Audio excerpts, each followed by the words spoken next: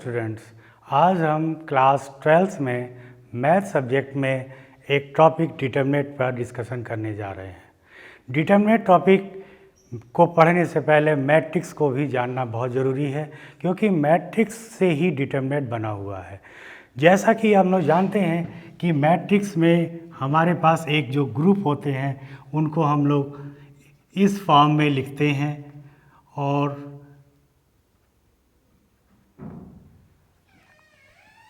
इसमें जो first digit है वो आपको रो को बताता है और सेकंड डिजिट कॉलम को बताता है। इसको सभी लोगों ने मैट्रिक्स में पढ़ा हुआ है। इसको हम लोग और डिस्कशन कर रहे हैं इस पर। ये एक मैट्रिक्स का फॉर्म लिखा हुआ है हमने, जिसको दिखाई दे रहा है कि ये हमारा फर्स्ट रो है, ये सेकंड रो है, और इसी तरह से ये Rn रो है। इसी तरह से जो वर्टिकल पार्ट होता है उसको हम लोग कॉलम कहते हैं, और इसको C1, C2 and dot dot dot Cn कहा जाता है। इसमें दिख रहा है कि ये एक मैट्रिक्स लिया है, और मैट्रिक्स में भी जो पार्ट होता है ये R1, R2, इसका जो फर्स्ट पोजीशन है ये इसके रो को दिखा रहा है जिसमें सभी में 1 है। सेकंड पोजीशन है वो कॉलम को दिखा रहा है, जो कि जिसमें कि देख रहे हैं कि ये C1, C2 और इस फॉर्म में है। इसी को लेकर ही हमें मैट्रिक्स बनाया गया है। मैट्रिक्स निकालने में मेन मैट्रिक्स का जो पार्ट होता है वो ये कहता है कि जो भी क्वेश्चन है उसको हम लोग मॉडुलस फाइंड करें। मॉडुलस फाइंड करने का मतलब है कि ये जो हमारा मैट्रिक्स था वो मैट्रिक्स डिटर्मिनेंट फॉर्म में चेंज हो जाएगा। सब कुछ वही रहता है, बस चेंज ये है कि आपको दिख रहा है कि इनमें एक थोड़ा सा माइनर चेंज हम लोगों ने किया है, और वो माइनर चेंज क्या है, यही डिटर्मिनेंट और मैट्रिक्स का डिफरेंस कहलाता है। ये दिख रहा है कि दोनों चीज़ें एक जैसी ही हैं, बस डिफरेंस है कि यहाँ हमने ब्रैकेट लगाया है और यहाँ हम लोग मॉडुलस निकाले हैं।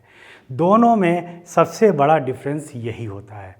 इससे ये रिज़ल्ट निकलता है कि मैट्रिक्स का ही जो पार्ट जो हम लोगों ने मैट्रिक्स में पढ़ा था कि उसमें रो एंड कॉलम के ऑर्डर किसी भी फॉर्म में हो सकते हैं, जैसे कि जानते थे 2x3 भी हो सकता है, 3x2 भी हो सकता है, 1x3 भी हो सकता है, 3x1 भी हो सकता है, 3x3 भी हो सकता है, या 2x2 भी हो सकता है।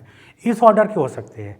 लेकिन डिटर्मिनेंट में सबसे मेन कंडीशन है कि this is the square matrix. This is the square matrix. सिर्फ डिटर्मिनेंट स्क्वायर मैट्रिक्स पे ही वर्क करेगा और किसी पे भी ये वर्क नहीं करता है।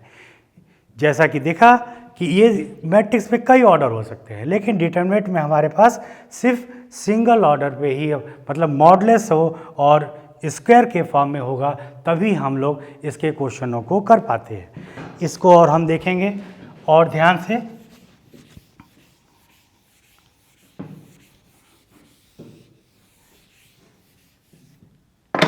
कि ये हमारे पास जैसा कि मैट्रिक्स लिखा हुआ था उससे हमने डिटर्मिनेंट जब बनाया है, तो डिटर्मिनेंट हमारे पास ये पार्ट बना।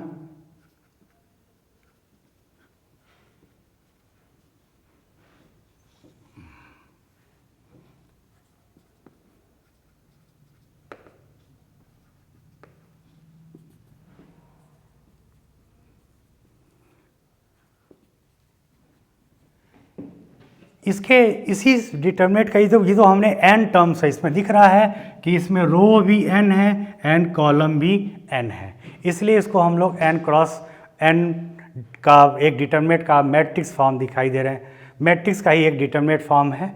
इसी से ही हमें रिजल्ट मिलता है, जिसे कहते हैं, अब हम डिस्कशन करेंगे टाइप्स ऑफ डिटर्मिनेंट। क्योंकि इसी जो ये हमने मॉड लिया है n क्रॉस n का, इसी से ही हमारे पास कई ऑर्डर के डिटरमिनेंट बन जाते हैं। जैसा कि अगर हम इसमें से सिर्फ सिंगल एलिमेंट को ले लें या मेंबर को ले लें, जिसके दिखाई दे रहा है कि रो भी 1 है और कॉलम भी 1 है, तो इसको कहते हैं वन ऑर्डर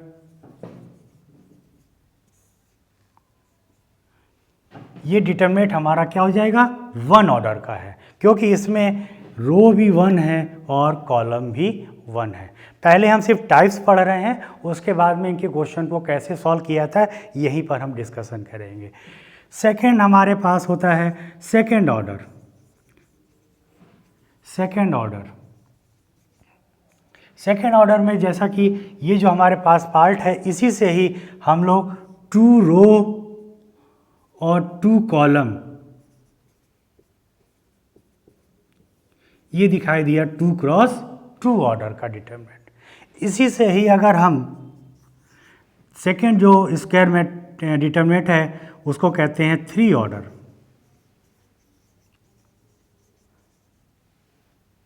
इसमें क्या होगा, इसमें दिखाई दे रहा है कि बस हमारे पास ऑर्डर चेंज हो गए हैं, मीन्स रो और कॉलम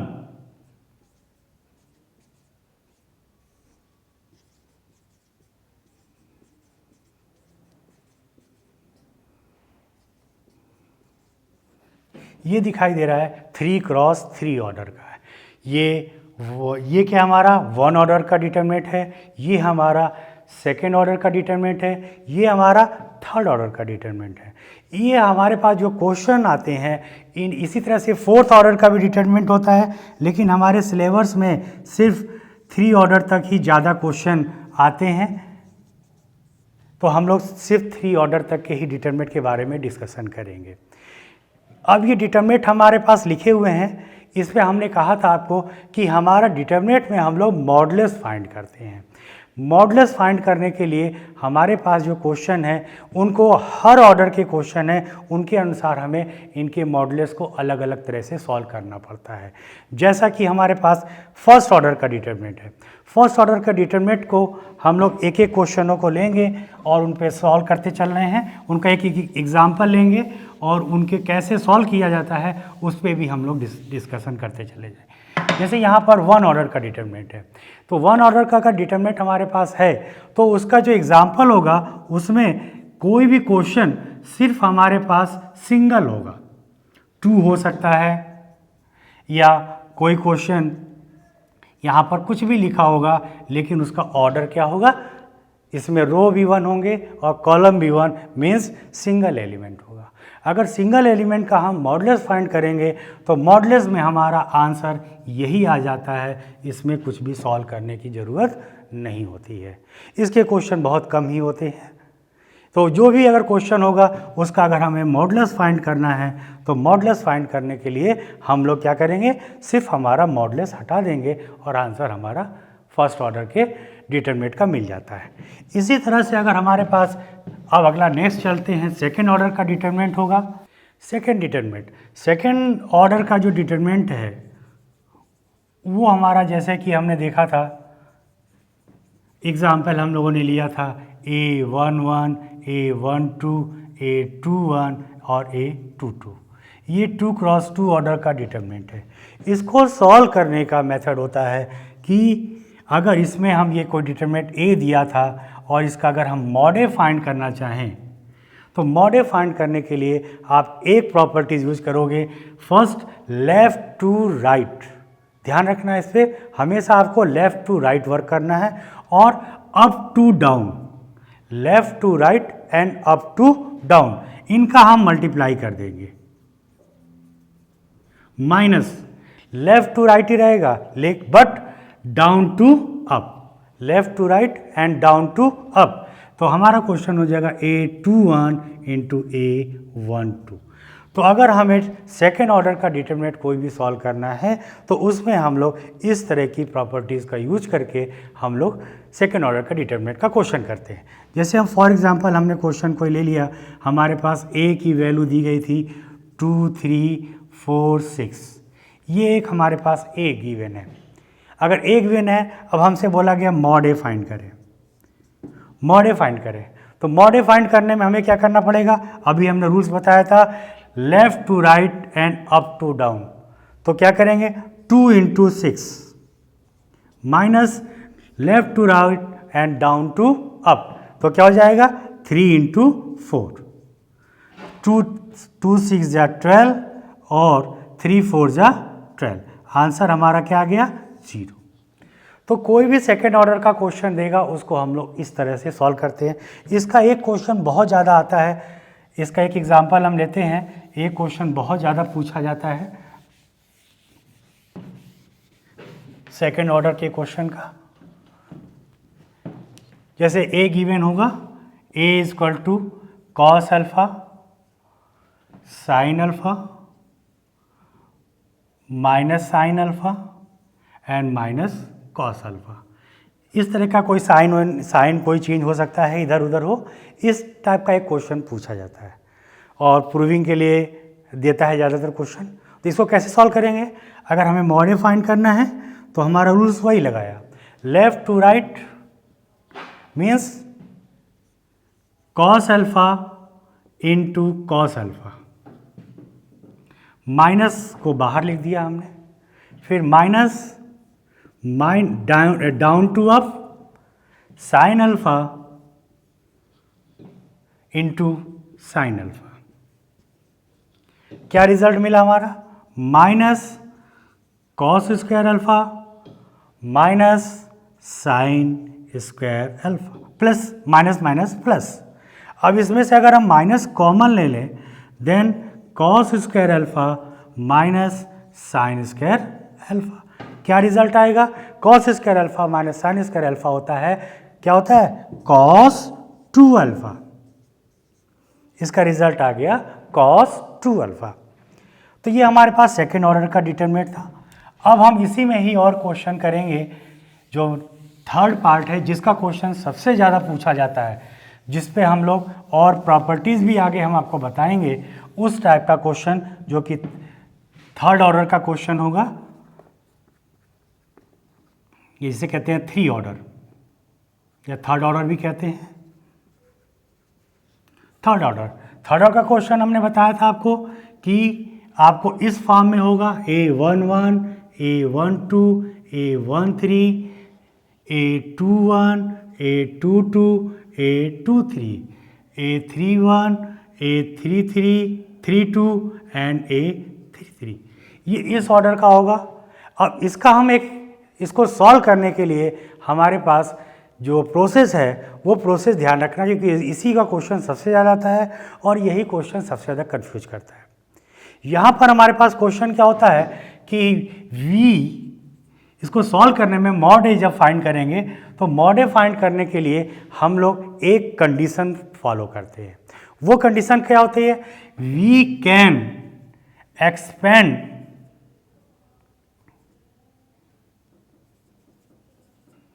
एनी रो और column,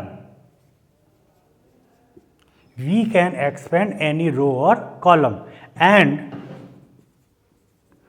find sum of their cofactor and find sum of their cofactor। Means हमारा कहने का ये है कि अगर हमें इनकी कोई भी प्रॉपर्टीज़ फाइंड करनी है तो वो इनका मॉडुलस फाइंड करना है। तो मॉडुलस फाइंड करने के लिए हम लोग किसी भी रो या किसी भी कॉलम के रिस्पेक्ट में एक्सपेंड कर सकते हैं, और एक्सपेंड करने में हमारे पास एक्सपेंड करेंगे और उनके कोफैक्टरों का सम फाइंड करेंगे। तो सबसे पहले हमें ये पॉइंट आता है कि व्हाट इज़ कोफैक्टर। कोफैक्टर क्या होंगे, किसी का कोफैक्टर क्या होगा वो हमें पहले जानना बहुत ज़रूरी है। तो हम सबसे पहले डिस्कशन करेंगे कोफैक्टर। सबसे पहले डिस्कशन करेंगे हम कोफैक्टर। कोफैक्टर क्या होता है जरा ध्यान देंगे, हम एक एक पार्ट का कोफैक्टर पे डिस्कशन कर रहे हैं। आज हम आपको पहले सभी का कोफैक्टर कैसे निकाला जाता है, क्या होता है वो करेंगे, क्योंकि हम किसी भी रो या कॉलम के रिस्पेक्ट में एक्सपेंड करना है। वो क्वेश्चन के अनुसार डिपेंड करता है कि हमें किसके रिस्पेक्ट में एक्सपेंड करना है। इसलिए हम लोग क्या करेंगे कि हम सबसे पहले कोफैक्टर फाइंड करें। जैसे फर्स्ट हमारे पास है A11, तो लिखेंगे कोफैक्टर ऑफ A11, A11 का कोफैक्टर। अब कोफैक्टर क्या होगा? कोफैक्टर मीन्स जिसका भी कोफैक्टर आपको निकालना है, फाइंड करना है, वो ध्यान रखना है उसके रो एंड कॉलम को आप नहीं लेंगे। पॉइंट ध्यान रखेंगे, जिसका भी कोफैक्टर, यही हमारे पास इसकी की है कोफैक्टर की, कि जिसका भी हमें कोफैक्टर फाइंड करना है उसके रो एंड कॉलम के एलिमेंट को लीव कर देंगे, उसको नहीं लेंगे। अपने आप हमें कोफैक्टर मिल जाएगा और वो कोफैक्टर हो गया, क्या हो गया? इसके रो कॉलम को छोड़ दिया तो A22, A23, A32 and A33, ये हमारा क्या मिल गया? कोफैक्टर। अब अगर हमें मान लो A12 का कोफैक्टर फाइंड करना है, कोफैक्टर ऑफ A12।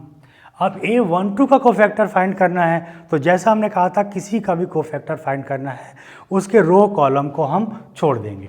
तो जैसे मान लीजिए अगर हमारे पास A12 है तो A12 का कोफैक्टर क्या हुआ? रो R1 को छोड़ देंगे और कॉलम C2 को छोड़ देंगे। बचा क्या हमारे पास? ध्यान से देखें क्या बचा? C1 का A21, A31, A21, A31। इसी तरह से C3 का, क्योंकि C2 हमने छोड़ दिया है, C3 का A23 और A33, ये हमारा मिल गया A12 का कोफैक्टर। सिमिलरली अगर हमें मान लो A13 का कोफैक्टर फाइंड करना है,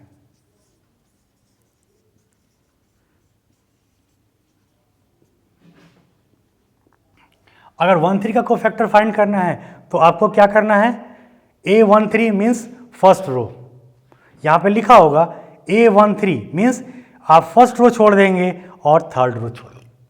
इसकी पोजीशन अपने आप लिखी होती है।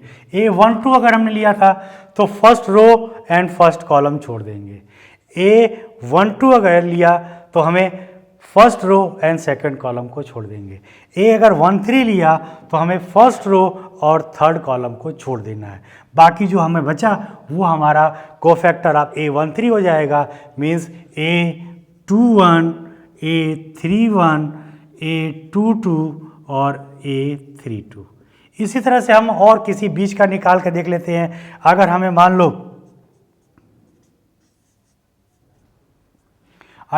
लो बोल दिया गया A22 का कोफैक्टर फाइंड करना, कोफैक्टर ऑफ A22, अगर 22 का कोफैक्टर निकालना है तो 22 मीन्स क्या हुआ कि हमें second row and second column को छोड़ देना है। मीन्स सेकेंड रो और second column, second column second row, क्या बचा? A21, A31 and third row third column A23 and A33। इस तरह से हमें किसी का भी कोफैक्टर फाइंड कर सकते हैं। अब अगर मान लो एक और बीच का हम कोफैक्टर दिखा देते हैं आपको कि कोफैक्टर ऑफ, अगर हमें कोफैक्टर निकालना है, मान लिया A33 का कोफैक्टर या A33 का कोफैक्टर, तो 33 में दिखाई दे रहा है कि third row and third column को आपको छोड़ देना है। तो third row and third column को छोड़ देंगे तो क्या बचा? ये third row and third column छोड़ दीजिए, क्या बचा? A11, A21, A12 and A22। इस तरह से हमें किसी का भी कोफैक्टर हम फाइंड कर सकते हैं। तो हमारा पहला काम था कि हमें सभी के कोफैक्टरों को जानना बहुत ज़रूरी है। अब अगर हमें कोफैक्टर मालूम हो गए तो अब हमारे पास हम चलते हैं मॉडुलस फाइंड करने में। अब मॉडुलस फाइंड करने के लिए एक आपके पास फॉर्मूला कह सकते हो कि अगर हमने मान लो हमें मॉडुलस फाइंड कर रहे हैं और मॉडुलस में हमने एक्सपेंड किया है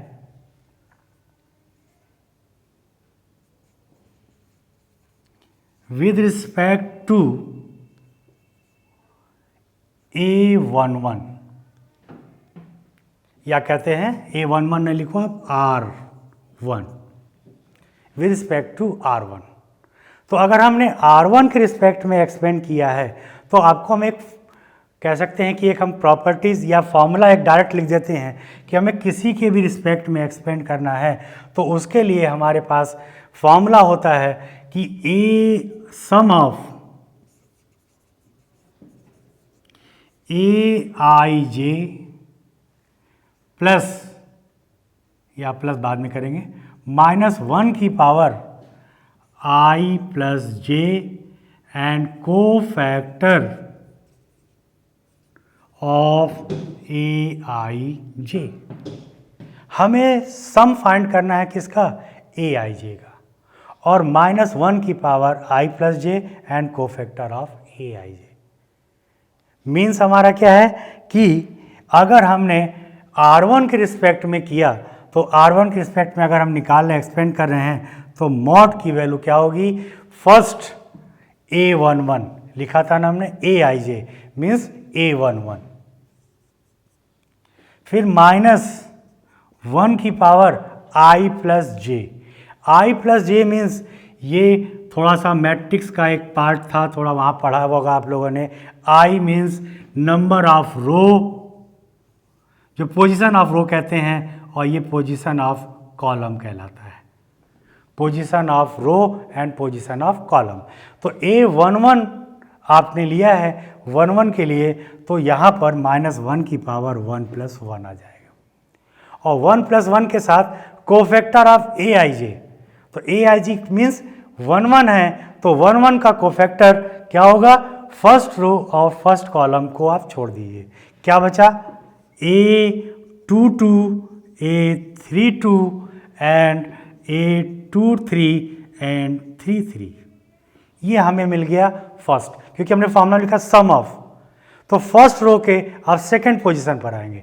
सेकंड पोजीशन हमारे पास क्या है, A12 फिर -1 की पावर 1 + 2, क्योंकि I + j मीन्स 1 + 2 एंड 1 + 2 का कोफैक्टर। 1 + 2 क्या है, first row and second column. तो फर्स्ट रो और सेकंड कॉलम को आप छोड़ देंगे, बचा क्या आपका, बचा आपके पास A21 A31, नेक्स्ट A23 और A33। ये सेकंड पार्ट हो गया। इसी तरह से थर्ड पार्ट हमारा क्या बनेगा, A13 -1 की पावर 1 + 3 और 13 का cofactor means first row and first column को हम छोड़ देंगे। तो क्या बचा, A21 A31 A22 and A32। ये हमारे पास मिल गया क्या, A13 का पार्ट।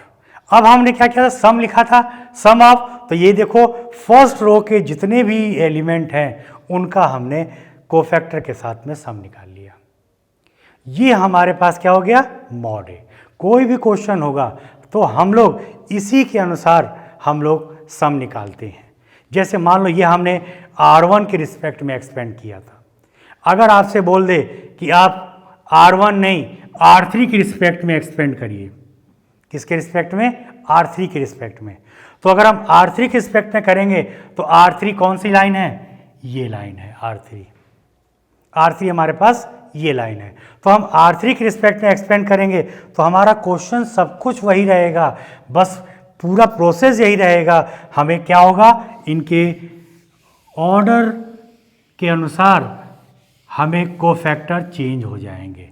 कैसे हो जाएगा, देखिए जरा, कि अगर A31 लिया हमने तो A31 क्या होगा, A31 आया पहले, फिर -1 की पावर 3 + 1 आएगा, फिर 31 का कोफैक्टर मतलब first third row and first column को छोड़ देंगे। Third row and first column को छोड़ दिया, क्या बचा, A12 A22, फिर A13 A23, फिर इसी तरह से सेकेंड पोजीशन आती है हमारे पास R3 में कर रहा है तो सेकेंड पोजीशन है A32, तो प्लस लगा दिया A32, फिर -1 की पावर 3 + 2, और उसके साथ में फिर इनका कोफैक्टर, तो 32 का cofactor third row second column, तो क्या मिल गया हमारा A11, A21, A13 और A23। इसी तरह से अब ये थर्ड हमारे पास है A33, तो 33 का -1 की पावर 3 + 3। अब इसका हम लोग कोफैक्टर लेंगे, मीन्स थर्ड रो और थर्ड कॉलम को अब छोड़ दीजिए, क्या बचा A11, A21, A12, A22। तो इस तरह से दिखाई दिया कि हम लोग किसी भी रो के रिस्पेक्ट में एक्सपेंड कर दें तो हमारे पास उनका जो सम आता है वही हमारा मॉडुलस होता है। इसी तरह से जैसे हमने ये रो के रिस्पेक्ट में किया है, आप कॉलम के रिस्पेक्ट में भी कर सकते हैं, C1 के रिस्पेक्ट में कर सकते हैं, C2 के रिस्पेक्ट में कर सकते हैं और C3 के रिस्पेक्ट में भी कर सकते हैं। बस ध्यान क्या रखना है, आपको ये ऑर्डर चीज़ ध्यान रखना है। इस ऑर्डर को ध्यान रखने के साथ दिख रहा है कि बड़ा कैलकुलेशन बड़ा टफ दिखाई दे रहा है कि -1 की पावर I + j लगा रहे हैं, इस तरह से लगा रहे हैं, तो बड़ा सा हमें कैलकुलेशन बड़ा सा टफ दिखाई दे रहा है। तो टफ करने का इस टफ को ईजी करने का एक मेथड और है। वो मेथड क्या है कि हम एक्सपेंड तो करेंगे लेकिन उसको थोड़ा सा चेंज कर रहे हैं। क्या चेंज कर रहे हैं जरा देखेंगे। चेंज करने में हमें ये चेंज करेंगे कि अभी हम लोग जो फॉर्मूला लगा रहे थे कि किसी का भी हमने सम ऑफ लिखा था, हमने सम ऑफ AIJ -1 की power I + j and cofactor of AIJ, ये हमने लिखा था। तो ये जो -I की पावर I + j लिखा है, इसको हम लोग हटा भी सकते हैं क्योंकि बार बार लिखने में दिक्कत होती है। तो उससे हम लोगों ने एक साइन निकाला, sign of mod A. Sign of mod A, sign of क्या, देखिए जरा ये जो दिया गया फॉर्मूला, इस फॉर्मूले से ही बनता है। क्या देखें कि -1 की पावर, ये सभी लोग जानते हैं कि -1 की पावर अगर इवन आता है तो उसकी वैल्यू प्लस होती है, और -1 की पावर अगर ऑड आता है तो उसकी वैल्यू माइनस होती है। तो जो इनके देखा था कि इस पे I + j का मीन्स होता है, जो ये इनके ऑर्डर्स हैं वही है IJ। तो अगर हम इनका साइन देखें A11 मीन्स क्या हुआ, -1 की पावर 1 + 1, क्या हो जाएगा 1 + 1 2, और 2 क्या होगा इवन नंबर, तो साइन आ गया प्लस। -1 की पावर 1 + 2 मीन्स 3, तो क्या आ गया -1। I की पावर मीन्स -1 की पावर 1 + 3 क्या हो गया 4, आंसर आ गया प्लस। -1 की पावर 2 + 1 3, माइनस आ गया। -1 की पावर 2 + 2 क्या आ गया, प्लस आ गया। -1 की पावर 2 + 3 माइनस आ गया। -1 की पावर 3 + 1 प्लस आ गया। -1 की पावर 3 + 2 माइनस आ गया। फिर 3 + 3 6 होगा तो हो गया प्लस।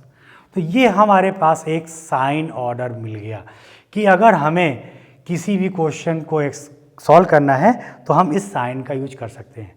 अब देखो कितना इजी हो जाएगा, आपको हम दिखाते हैं कि अगर हमें एक्सपेंड करना हो तो देखें बहुत ही ईजी कैलकुलेशन हो जाएगा। कैसे हो जाएगा कि अगर मान लो अब हम कॉलम के expand with respect to C2 के रिस्पेक्ट में अगर मान लो एक्सपेंड करना चाहते हैं तो C2 कहाँ है, ये है, ठीक है। तो C2 के रिस्पेक्ट में एक्सपेंड कर रहे हैं तो क्या आया, सबसे पहले देखो A12 आया। 12 कहाँ है, इस जगह है। 12 कहाँ है, इस जगह। इसका साइन क्या है, माइनस, तो -A12 और इसका कोफैक्टर ले लिया।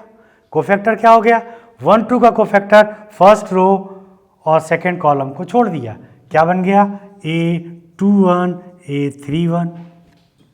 A23 और A33। साइन वाली प्रॉब्लम हमारी ख़त्म हो जाएगी। फिर हमें क्या किया, सेकेंड A22 का 22 लिया, तो A22 का साइन क्या है, प्लस, प्लस लगा दिया, A22 लिख दिया, और 22 का कोफैक्टर सेकेंड रो और सेकेंड कॉलम को छोड़ दिया, क्या बचा, A11, A31 और A13, A33। फिर अब हमारे पास यह A32, 32 का साइन क्या है, माइनस, माइनस लगा दिया A32। अब 32 का कोफैक्टर थर्ड रो और थर्ड कॉलम को छोड़, सेकंड कॉलम को छोड़ दिया, क्या बचा, A11, A11, A21, A13 और A23। तो इस तरह से हमारे पास अब साइन वाली कंडीशन हमारे पास नहीं रहेगी, हम ये साइन अपने आप हम लोग लगा लेंगे और लगा के हम क्वेश्चन को सॉल्व कर सकते हैं। अब हम एक आध आपको एग्जाम्पल करते हैं, एग्जाम्पल बताते हैं आपको कि कैसे क्वेश्चन को सॉल्व किया जाता है। एक सेकेंड ऑर्डर का क्वेश्चन ले लेते हैं, सेकेंड ऑर्डर से लिया था, अब थर्ड ऑर्डर के क्वेश्चन को एक हम लेते हैं और थर्ड ऑर्डर के क्वेश्चन को हम सॉल्व करेंगे।